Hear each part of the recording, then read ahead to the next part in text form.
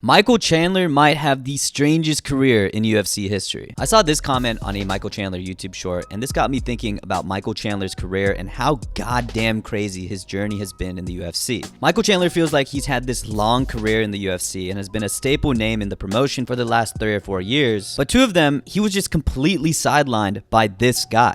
And if you think about it, Michael Chandler only has 2 active years in his UFC career and did all of this.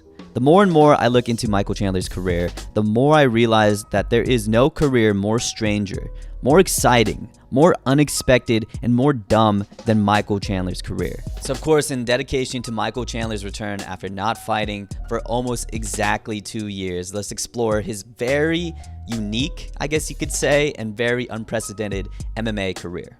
Michael Chandler came into the UFC relatively late into his MMA career. He was already 34 by the time he made his debut in early 2021 against, at the time, number 4 ranked Dan Hooker, who had just come off a crazy war against Dustin Poirier, which is already a really weird, unique, and strange start for Michael Chandler in the UFC. Even if Michael Chandler hadn't fought in the UFC, he still had plenty of experience in Bellator fighting great competition, either on par to the UFC or competition that had been in the UFC. He fought former UFC lightweight champion Benson Henderson twice and won both times, knocking out Benson in their last match. He also went to war with another former UFC lightweight champion in Eddie Alvarez and subbed him in their first bout. And in general, whether he was facing UFC competition or not, it seemed like Chandler was going to war with everyone he faced. And also, he had this negative aura moment in Bellator as well. So even though he is going into the fire in his UFC debut at 34, this was still a great chance for Michael Chandler to prove he could be at the top of the lightweight division in the pinnacle of MMA, and prove that he did. In the first round, Michael Chandler put on that pressure on Dan Hooker, got him scared of the power, feinted low to leap into a left hook high, and took out Dan Hooker in less than 3 minutes. It was really shocking at the time because I thought this was going to be a 3-round war, considering Dan Hooker withstood some heavy blows from Dustin Poirier. So for Michael Chandler to end Dan the way he did that fast really did show that Michael Chandler was truly a top contender in the UFC. And to Dana, I guess he was more than just a top contender, he was ready for the belt. And speaking of Michael Chandler fighting Charles Oliveira, UFC 309 is finally here, and we finally get to see Stipe Miocic take on Jon Jones. We finally get to see these two fight after a very long time. But most importantly, we finally get to see the heavyweight division move forward, which I'm super excited to see. And we also get to see Mike Tyson take on Jake Paul, which is also a fun addition to this weekend. And if you're looking to get even closer to the action, you've got to check out my partners at DraftKings Sportsbook. Right now, all new customers who just bet $5 will get $200 in bonus bets instantly. Just download the DraftKings Sportsbook app and sign up using my promo code TJlovesFights. And if sports betting is not yet available in your state, don't worry. DraftKings is the one-stop shop for all things daily fantasy, where you can join in on all the fun and have the shot to win cash prizes. Again, download the DraftKings Sportsbook app now. New customers use my promo code TJlovesFights and bet just $5 on any wager and get $200 in bonus bets instantly. That's promo code TJlovesFights only at DraftKings Sportsbook.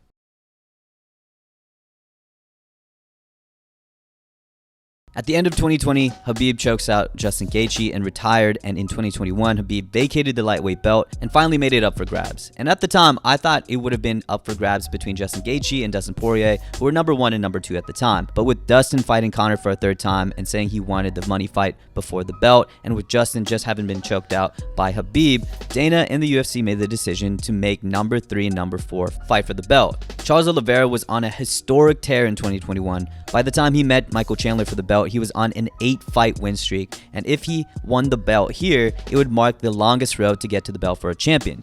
Meanwhile, Michael Chandler had a total of 1 win and 1 fight in the UFC and was already set up to fight for the UFC belt. And what's even stranger is that for 5 minutes, it actually looked like he had it. Michael Chandler came out and almost immediately rocked and cut Charles with a huge left hook that forced Charles to take things to the ground. And in the most insane decision making I've ever seen from someone fighting Charles on the ground, or ever, period, this guy not only gives up his back to the best submission artist in the UFC, but decides to slam himself in a deeper body triangle. And of course, with Michael Chandler being Michael Chandler, he just explodes out of this position and then rocks Charles again with giant punches, and for a moment really looked like he was going to finish Charles for the belt. But all that ironically got washed away when he got dropped by a left hook from Charles Oliveira in the beginning of the 2nd round, and well, the rest is history. Michael Chandler would continue his streak of insane fights as he matched up against another crazy highlight finisher in Justin Gaethje. I remember the hype surrounding this fight, the potential for a crazy war, and of course the potential of a crazy highlight finish,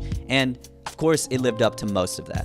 Though Justin put the pressure on early, it was Michael Chandler that rocked Justin first off the cage with heavy right hands, and just continued to land with these hammers of right hands. And those punches culminated to this sequence where Chandler attempted this knee for God knows what reason, and then proceeded to go back to big right hands to back up Gaethje to the cage. And in classic Michael Chandler fashion, he let loose and got rocked by Justin himself on the cage. And the hammers continued, this time mostly from Justin landing this insane uppercut that dropped Michael Chandler, and then Justin Gaethje throwing these crazy heavy punches that Michael just ate. And by the end of it, Michael Chandler was a zombie walking forward and proving to the world, I guess, that he could eat punches from one of the hardest punchers on the planet. And despite all the bombs dropped, this went to decision, but not Michael Chandler's way.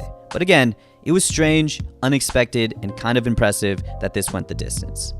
Michael Chandler's next fight was now set against a declining Tony Ferguson, who is on a 3-fight losing streak coming off tough losses against Beneil, Charles, and Justin Gaethje. And though this was a declining Tony, he actually looked pretty good against Michael in the first, picking his shots well, looking sharp, and youthful in his step.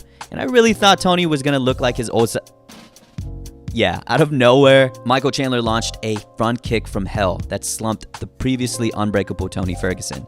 Sure, he got TKO'd by Justin Gaethje, but he didn't even drop from Justin's punches. And yeah, Tony was on the decline, but to see an iron chin, a previously uncrackable chin, be decimated like that, and to see his lifeless body fall to the canvas was unbelievable and a shock to everyone. And then Michael Chandler proceeded to spam his backflip emote and call for the Conor McGregor fight, which of course we'll get into soon. But first, let's get to the Dustin Poirier fight. Michael Chandler was destined to meet Dustin Poirier, as they have had so many of the same opponents in the past. And like every Michael Chandler fight, it seems he came out looking like he was going to win.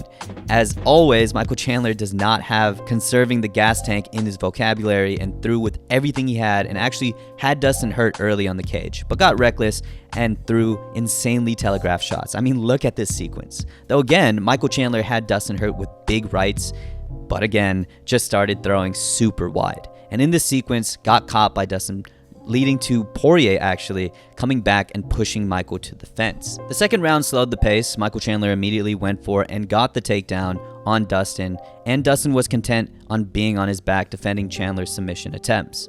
And speaking of submissions, when Michael Chandler tried to get this fight down again in the third and even picked up Dustin, Dustin did a great job landing on his knees and rolling out of this position to end up on top. This led to Dustin getting his back, and remember how I said strange? Well, Michael Chandler had survived Charles Oliveira on his back, but here, against the great boxer Dustin Poirier, got rear naked choked. The last way I would think Dustin would win this fight. And now we get into the latest saga in Michael Chandler's career, Michael Chandler versus Conor McGregor. And Michael Chandler really went for it. He really went for the money fight, and it honestly looked like at times he had it. He did the Ultimate Fighter show with Conor. It was planned on numerous occasions. It was pretty much locked this summer, even with a poster, date, and everything. But through a series of unfortunate events like USADA not giving Conor a pass, or Conor injuring his toe right before the fight was going to happen, to Conor looking like this these days, it was clear to everyone that this fight was not going to happen anytime soon.